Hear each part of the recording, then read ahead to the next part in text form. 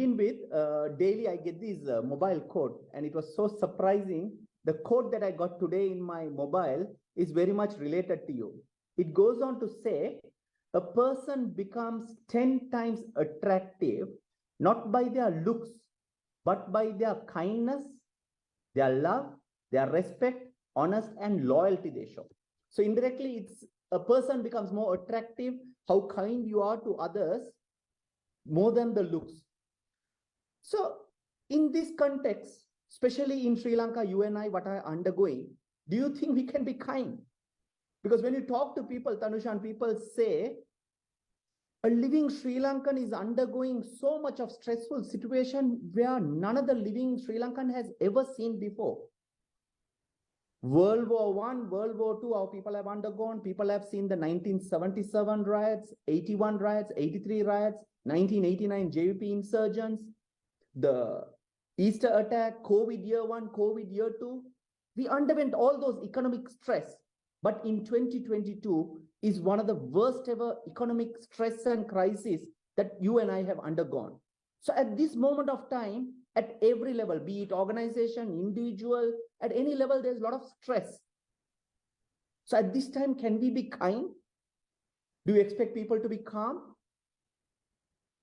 And that's the question I would like to answer. Just to bring some figures into perspective, we are seeing one of the worst ever inflation, 70 to 80% inflation. Who had seen this before? We are seeing one of the highest interest rate in our life, 30% plus interest rate.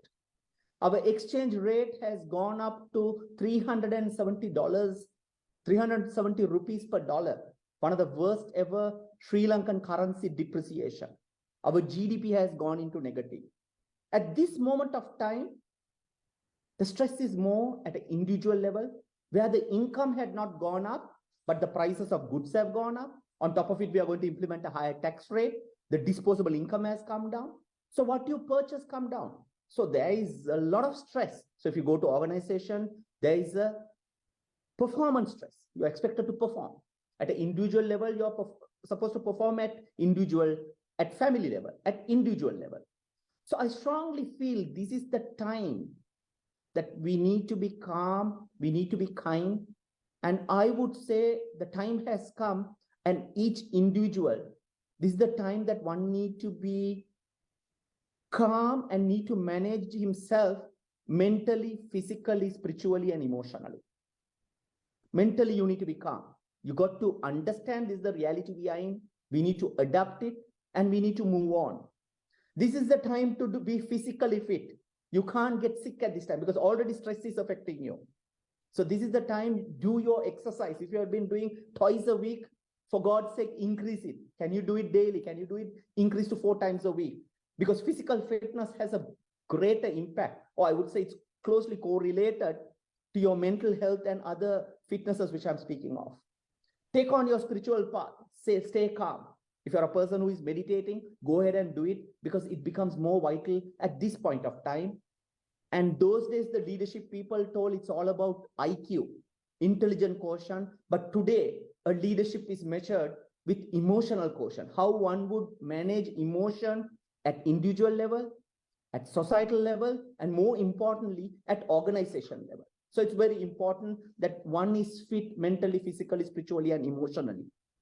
And going on to the healthcare industry, where I come from, I would always say these 4 are very important because we are in the business of research and development, we are in manufacturing, we are in imports, we are in distribution, and we are in retail. So each day at this stressful moment, I would urge our employees or the personnel in the healthcare industry to come to work with a mindset. Not that you're coming to work, not that you're coming to earn an income. We are coming to serve a patient. For example, if you are a person in the production line, and if this is the time you need more medicine, and if you're expected to work 24 hours, sometimes you may feel work stress. But moment you come to work, hey, I am coming to work and work in 24 hours to serve the patient. Moment you know, hey, I am saving lives, I am serving a patient, then you're not coming to work, you're coming to save a life. If you take imports, for example, if you take a wharf clerk, If there are shipments coming and he feels, what is this? I'm clearing shipments. This is a strenuous job. And with all this stress, I'm going to handle it. I would say you're not clearing goods. You are saving patients.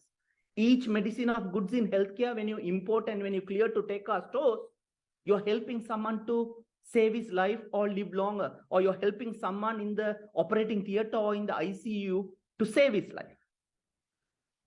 When it comes to distribution, if you are a driver in distribution, you're taking a product from the stores to the hospital, for example.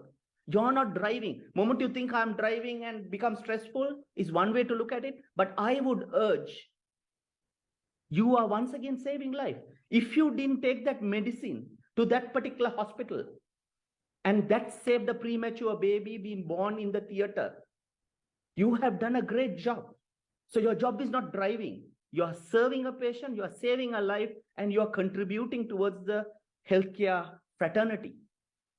Even in the retail, the business we are in, if there's a security guard, your job is not security guard. You are helping to secure a safer environment to serve the patient. So I would urge the members or the personnel in the healthcare industry that we are in the business of serving patients and saving lives.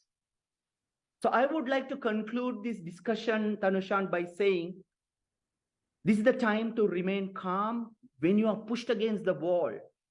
Again, all economic conditions where we are stressed. So that we need to remain calm mentally, physically fit, spiritually, and emotionally. And this is the time, being in healthcare, that we take a good, hey, I'm saving lives, and we are in the business of enabling a life to do more, to feel better, to live longer. And when I take that attitude, it motivates me, it makes me happy. When I'm motivated, when I'm happy, it helps to be more kind, more calm, and to be a better citizen of this country.